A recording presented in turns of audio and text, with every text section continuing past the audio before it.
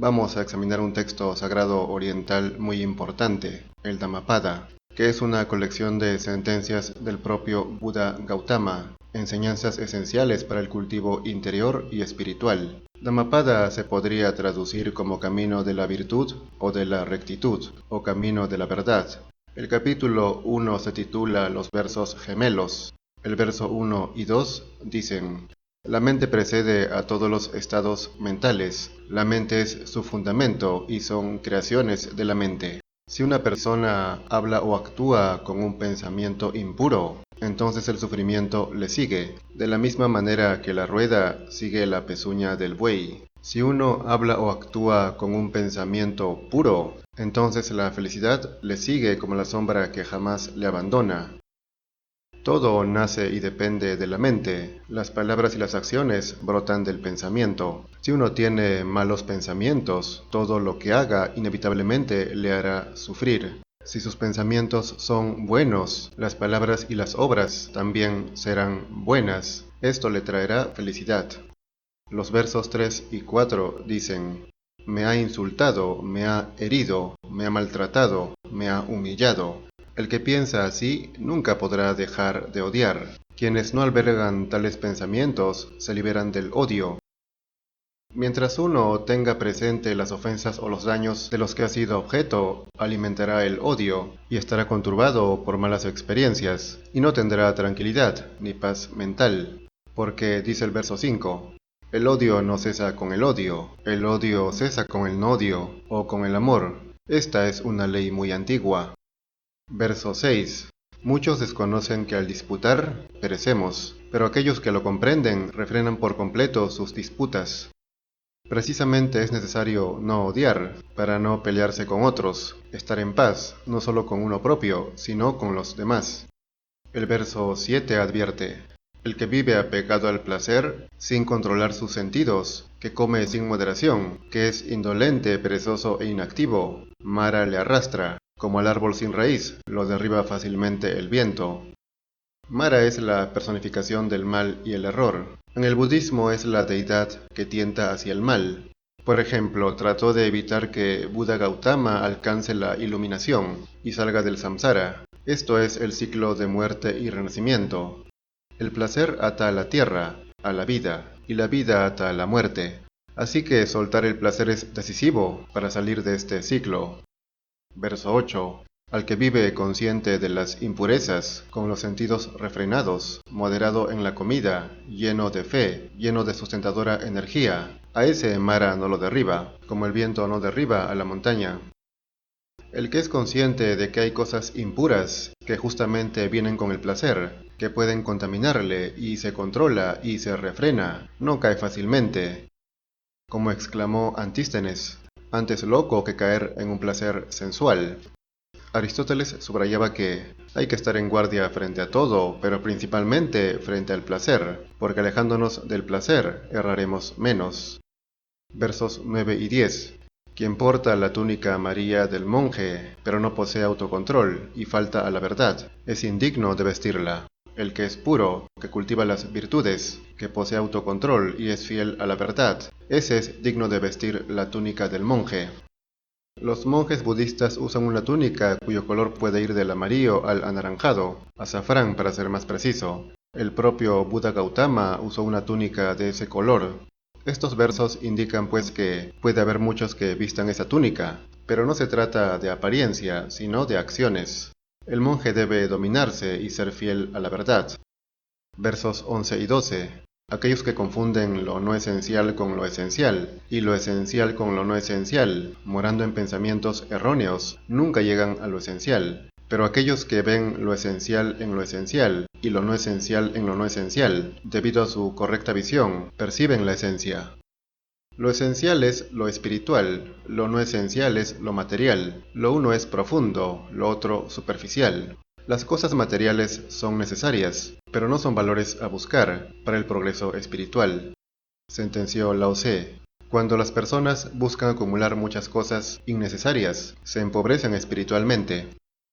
Si uno le da importancia a las cosas materiales, no podrá alcanzar ninguna elevación espiritual. Versos 13 y 14.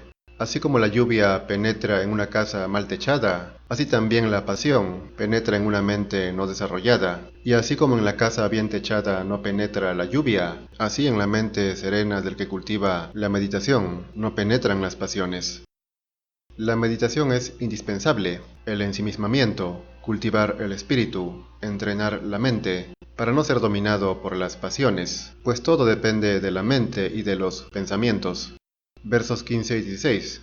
El que actúa motivado por una mala intención sufre en este mundo y en el mundo del más allá. La impureza de sus actos aflige y apesadumbra a su corazón. El que hace el bien se regocija en este mundo. La pureza de sus obras deleita y regocija a su corazón. Desde luego que la existencia no es exclusiva de esta tierra, sino que existen múltiples planos universales, muchas vidas hasta llegar al nirvana, que es la liberación final. El que hizo mal sufrirá, no solo en esta vida, sino en el más allá, si fue grande el mal que hizo. Versos 17 y 18. Aquí se atormenta, en el más allá se atormenta, en ambos lugares el malhechor se atormenta, ido a un mal destino, aún más se atormenta. Aquí se deleita, en el más allá se deleita, en ambos lugares el bienhechor se deleita, ido a un buen destino, aún más se deleita.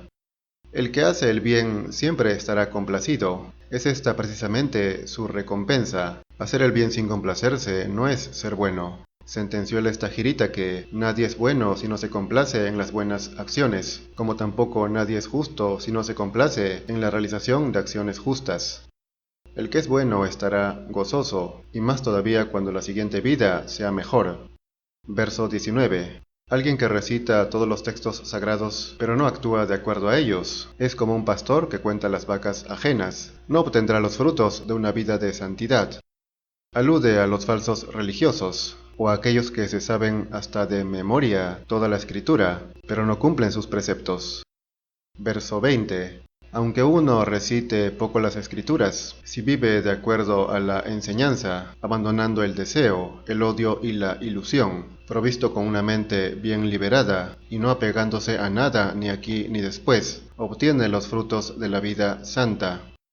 Se trata, pues, de actos, no de palabras, ni siquiera de creencias, es decir, uno podría creer poco o nada en una religión, pero si vive de acuerdo a ella, es más religioso que quien se proclama creyente, evidentemente. Ahora entramos al capítulo segundo, titulado La atención. El verso 21 y el 22 dice: La atención es el camino hacia la inmortalidad. La negligencia nos conduce a la muerte. Los que son atentos jamás perecen, pero los que son negligentes es como si ya estuviesen muertos. Los que conocen esta verdad y han aprendido a estar atentos, se deleitan en la vigilancia y siguen el camino de los santos. La atención o vigilancia se refiere a estar despierto. Esto es esencial en la vida espiritual. Tener presente que el mal puede estar en todas partes y estar vigilante, alerta para no caer. Verso 23. Meditando constantemente y siempre perseverando, los sabios logran la liberación de las ataduras mundanas, el supremo nirvana. Este es el nivel más alto del cultivo espiritual, al cual se llega con la meditación abnegada y la iluminación. Nirvana literalmente significa salida o extinción del deseo. Es un estado supremo, supramundano, que se puede alcanzar en esta vida misma. También se entiende como extinción de las pasiones. Esto lleva a la cesación del dolor, causado por el ciclo de nacimientos y muertes en el mundo. El nirvana es el estado de liberación, tanto del sufrimiento cuanto del ciclo de renacimientos.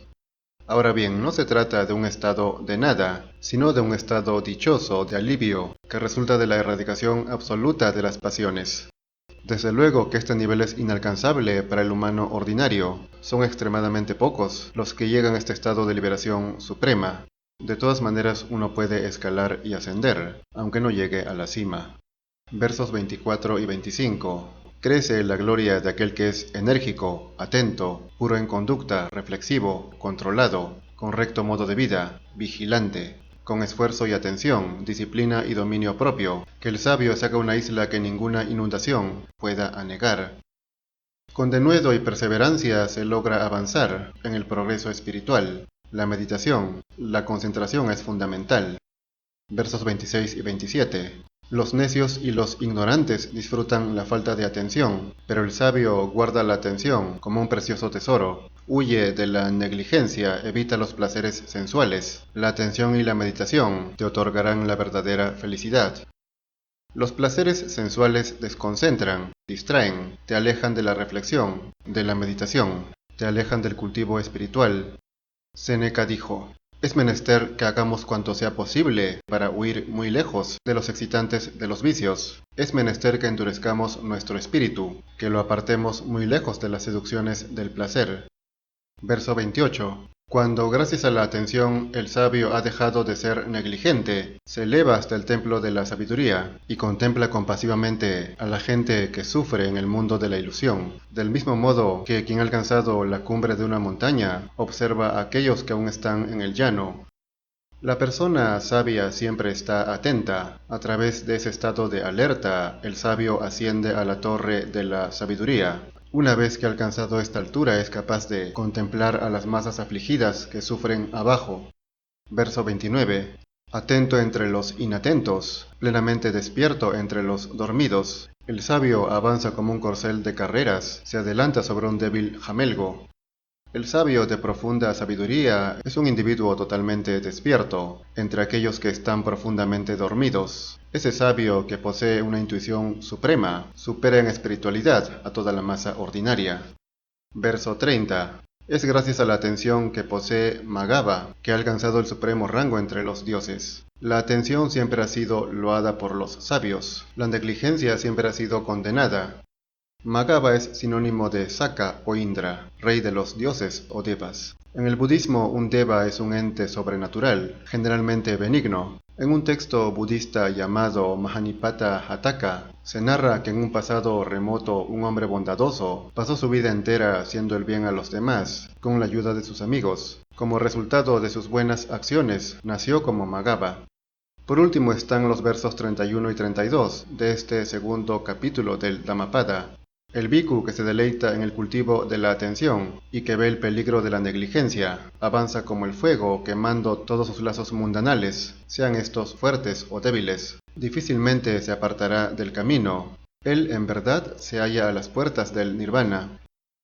Bhikkhu es el monje budista que lleva una vida de pobreza y celibato. Como buscador de la verdad, teme la inconsciencia porque sabe que si uno es inconsciente, quedará atrapado en los sufrimientos interminables del samsara, el ciclo interminable de nacimiento y muerte. Así que avanza diligentemente y quema conscientemente esos lazos que encadenan a las personas a las cosas mundanas. En fin, es esencial esta sabiduría oriental. De hecho, los antiguos sabios occidentales han partido de estos preceptos, tanto en religión cuanto en filosofía. Pitágoras, Tales, Platón, Sócrates bebieron de Oriente, algunos directa, otros indirectamente. Por ende, los antiguos sabios y monjes orientales están más cerca de la verdad, a tenor del principio de que lo más antiguo es lo más verdadero, porque está más cerca del origen, del principio.